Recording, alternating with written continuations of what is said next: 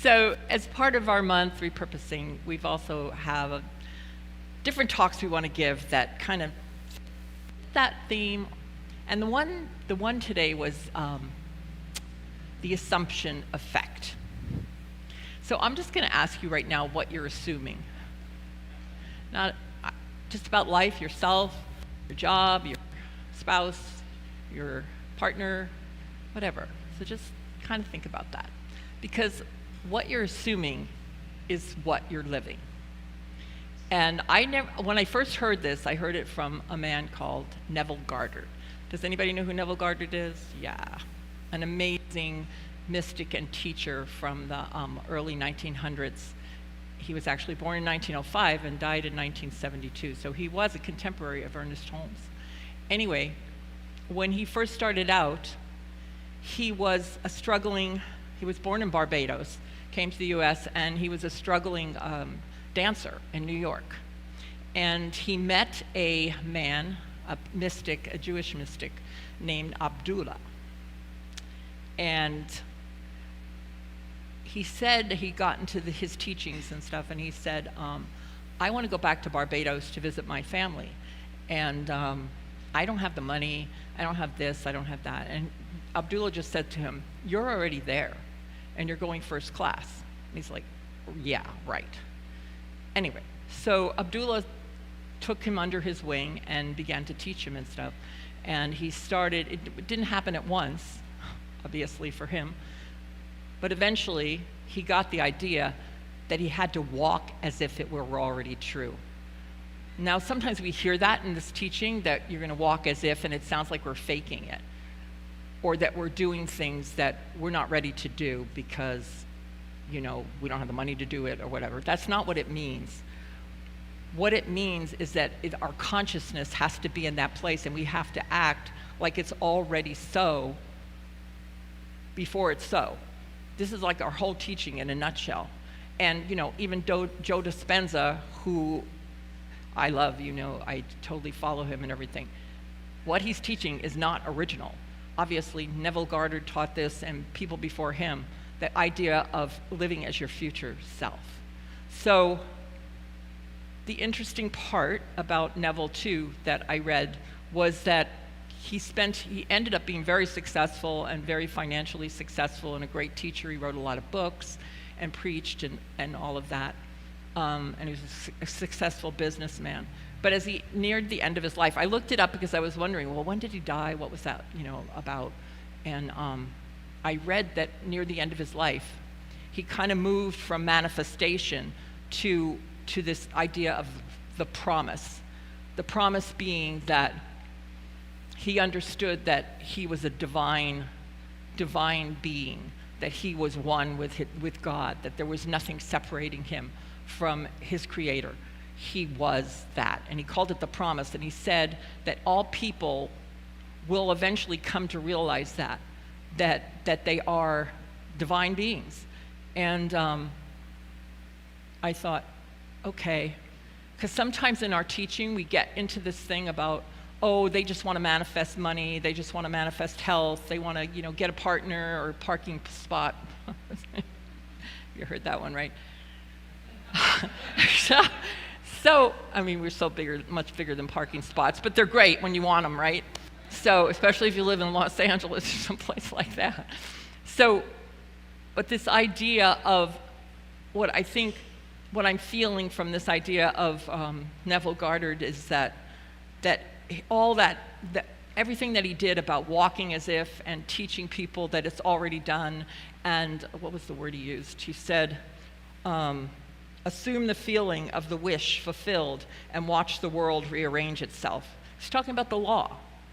He's talking about the law. When we assume something's going to happen, the world is. Haven't you ever had that happen? Like, had a situation where you wanted something so much, and you actually felt it in your very being, and then something out of nowhere came and manifested, helped you manifest that. I'm sure we've all experienced that in some way or another. But I think what happened to Neville is that with this idea of manifestation and helping people to understand manifestation and understand walking as if, that he came to realize that the most important thing was not the manifestation, but the recognition of how we manifest, because we can't really manifest in the greatness that we are when we feel small and when we feel like we don't deserve it and when we feel like, we're living in separation and duality. So I believe that it's good that we want to manifest. I think it is who we are. This is why, on this planet, we're manifesting all the time. Somebody came up to me today. Oh, no, I'm not going to go into that. We're in assimilation, and we'll save that for another talk. But we are manifesting this world as it is.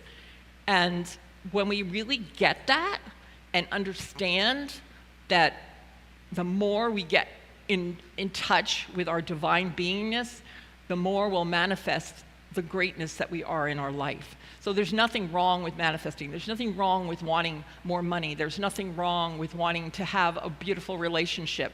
There's nothing wrong with any of that. That's what we're made. We're made to manifest. We're made to create, because that's who we are. We're God incarnate in our bodies. It's so fantastic to know this, and when we're struggling in our life in any way, and I've surely had my times of struggle. It wasn't until I realized this that even when I still struggle, at least I know why I'm struggling, because I'm not aligning myself with this divine source and the hugeness. And that's the other thing. We'll manifest at the level of our recognition of it. If there's just a little of something in our lives, it just means that we need to think bigger. We need to remember who we are. But it really is, in essence, I always say the first 2 steps of spiritual mind treatment are the most important steps, that we recognize that God, life force, source, whatever you want to call it, the quantum field, is all that there is. It's everywhere present, and it is, we call it identification. I choose that word instead of unification, and it was the original word that Ernest Holmes used.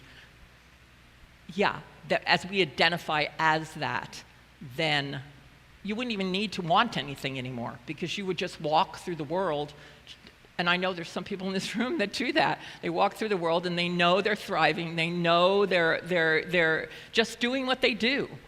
And I think it's a beautiful thing. And I think that it's a great lesson. I'm really glad I got into I mean, I knew Neville Goddard before, but I didn't really read a lot about him, and I'm really glad I did, because what it says to me is there's so much available and inspiration for us. We would never even have to pay a dime to go on YouTube and be inspired in any single moment. There's no reason for us to be depressed. All we'd have to do is just tune in to these people that know what we want to know.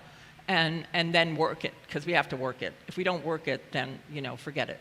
So if you bring something up today, like something in your mind, something that you truly want right now, truly desire, truly to have for your life, and realize that you wouldn't want that if it wasn't meant to be. We're not meant to dream dreams and then not have them fulfilled.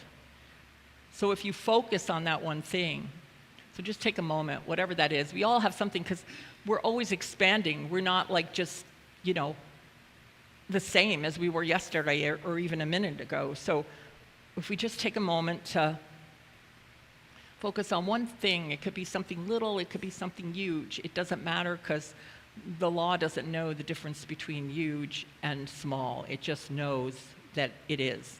And it doesn't reason with us. It just picks up our vibration.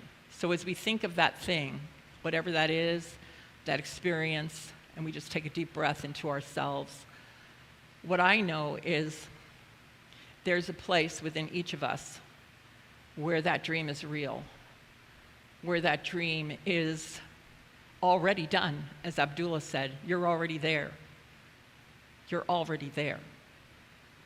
So what I know about that is there's nothing too big or too small for this source energy, for this law of our being, for this magnificent vibration that we are, that we can, right here and right now, vibrate at the frequency of whatever that is and walk from here as it.